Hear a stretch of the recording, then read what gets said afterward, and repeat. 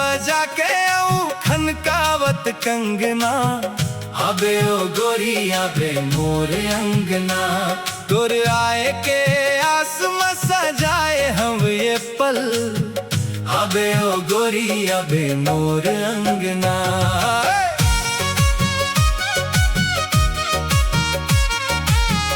अबे ओ गोरी अबे मोर अंगना। पैरी बजा के खनकावत कंगना, अबे ओ गोरी अबे मोर अंगना। छन छन तोर पैरी खन खन कंगना, तोर सेज सजी मोर सुना अंगना। अबे ओ गोरी अबे मोर अंगना। माया के रंग ले रंग दे बे अंगना।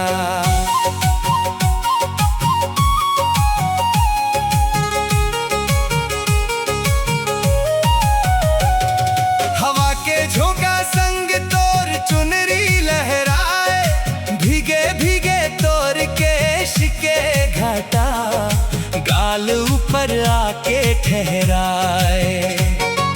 बिजली चमके एक पल, तोर चेहरा झलक दिखाए।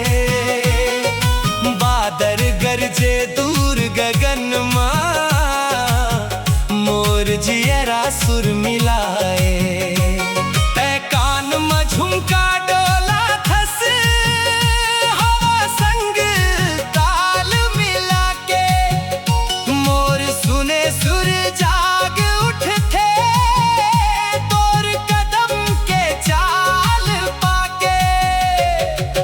पैरी बजा के खनकावत कंगना, अबे ओ गोरी अबे मोर अंगना।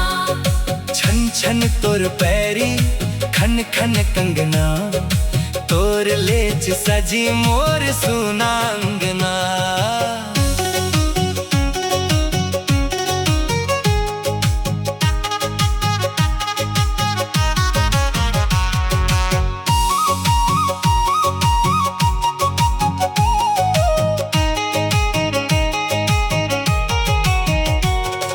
सुरता माँ तोर रंग घुले है, जैसे आमा के मिठास। तोर संग गुजारे पल के अलग है एहसास। कभू तेर उठ के चुप होथस, कभू छेड़ के भाग जाथस। दू कदम आगे बढ़ के फेर पाछू मुड़ के मुस्काथस। एक खेल तोर समझ में आथे, मोला काबर नहीं समझाए। तंजन डहर इशारा कर थस, पाम ओही डहर बढ़ जाए। खन खन कंगना बाजे, छन छन पैरी बोले। तोर संग माया के ताल धर के सारा मौसम डोले। अब रे गोरी अब रे देरी अब कर बे झन, तोर बर धड़कतिए दिल।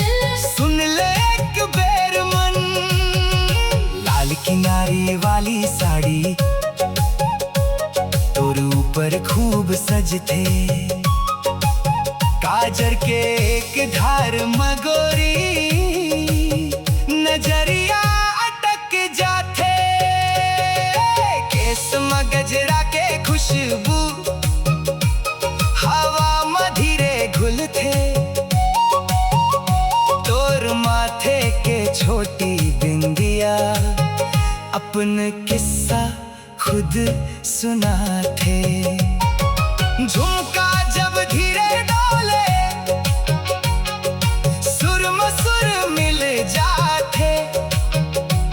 तोर रूप के रंग में गोरी, बेरा घलो थम जाथे। एक झलक देखे बर तोला, नजरिया रद्दा के। तै सामने जब सुरता तोर संग जागे। अरे ओ गोरी तै आवे तरंग भर जाही, सुर निकल जाही, ताल मिलाही, तोर संगे ये रात सजाही। ढोलक के ठेका मंदिर के आवाज, खन खन कंगना छन छन पैरी, पैरी लबा जाके आऊं खनकावत कंगना। आबे ओ गोरी आबे मोर लंगना, छन छन तोर पैरी खन खन कंगना, तोर लेच सजी मोर सोना अंगना।